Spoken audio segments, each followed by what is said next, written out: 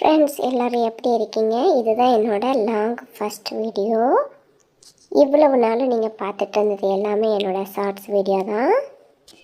Shorts video மாதிரி இதுலேயும் support பண்ணுவீங்கன்னு நினைக்கிறேன். இன்றைக்கி ஒரு பேங்கிள்ஸும் ஒரு ஜும்காவும் தான் நான் செஞ்சுருக்கேன். வாங்க நம்ம வீடியோக்குள்ளே போகலாம்.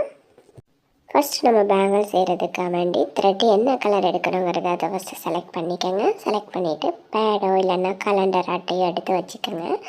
அதில் ஒரு 35 டைம்ஸ் சுற்றிக்கோங்க. இப்போ 35 டைம்ஸ் சுற்றிட்டேன். சுற்றினதுக்கப்புறமா அதை கட் பண்ணிவிட்டு அதில் கம் போட்டு ஒரு இடத்துல ஸ்டிக் பண்ணிக்கோங்க.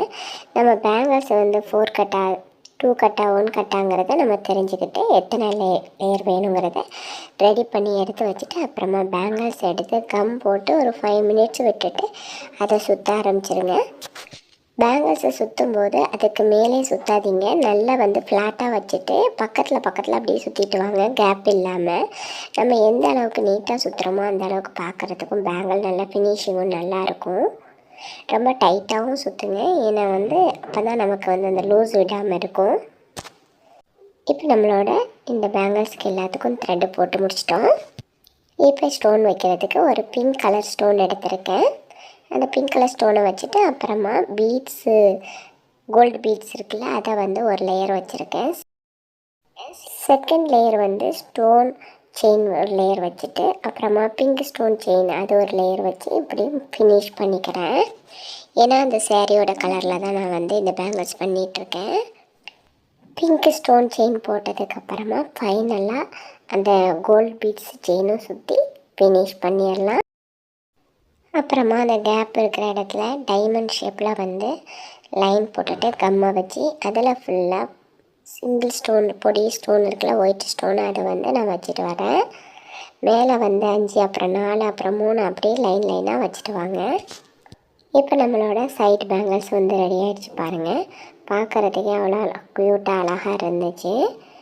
இப்போ சிங்கிள் பேங்கிள்ஸ்க்கு 4 கட் பேங்கிள்ஸ்க்கு நான் வெறும் ஸ்டோன் தான் வச்சுருக்கேன். நான் இது கிராண்டாக இருக்கிறதுனால சென்டரில் இருக்கிறது கொஞ்சம் கிராண்ட் கம்மியாக இருக்கட்டும்னு சொல்லிட்டாங்க.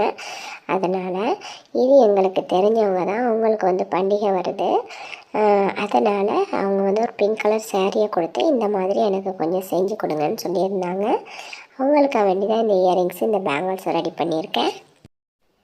இப்போ ஜும்கா செஞ்சுருக்கேன் பாருங்கள். ஜும்காவுக்கு ஃபுல்லாக த்ரெட்டு போட்டு ரெடி பண்ணிட்டேன். இப்போ கீழே கம் போட்டுட்டு அதே மாதிரி கோல்டு பீட்ஸ் செயின் ஒரு லைன் கொடுத்துட்டு அப்புறமா பிங்க் கலர் ஸ்டோன் செயின் ஒரு லைன் கொடுத்து ஃபினிஷ் பண்ணிடுறேன். இது கொஞ்சம் சிம்பிளாக தான் பண்ணியிருக்கேன். ஜும்காவுக்கு ஸ்டட்டும் அதே மாதிரி பேங்கிள்ஸில் எப்படி பண்ணியிருந்தனோ அதே மாதிரி ஜும்காவுக்கு ஸ்டட் செஞ்சுருக்கேன்.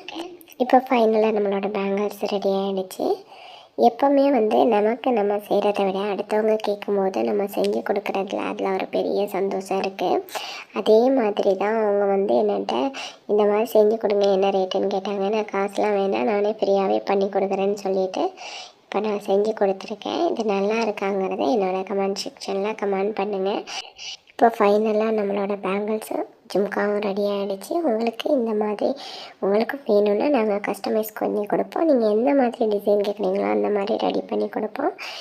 இந்த சேனல் பிடிச்சிருந்தால் லைக் பண்ணுங்கள், ஷேர் பண்ணுங்கள், கமெண்ட் பண்ணுங்கள். இன்னொரு நல்ல இன்ட்ரெஸ்டான வீடியோவோட நான் உங்களை சந்திக்கிறேன். எங்களோட ஷார்ட்ஸ் வீடியோவை ஃபாலோ பண்ணுங்கள்.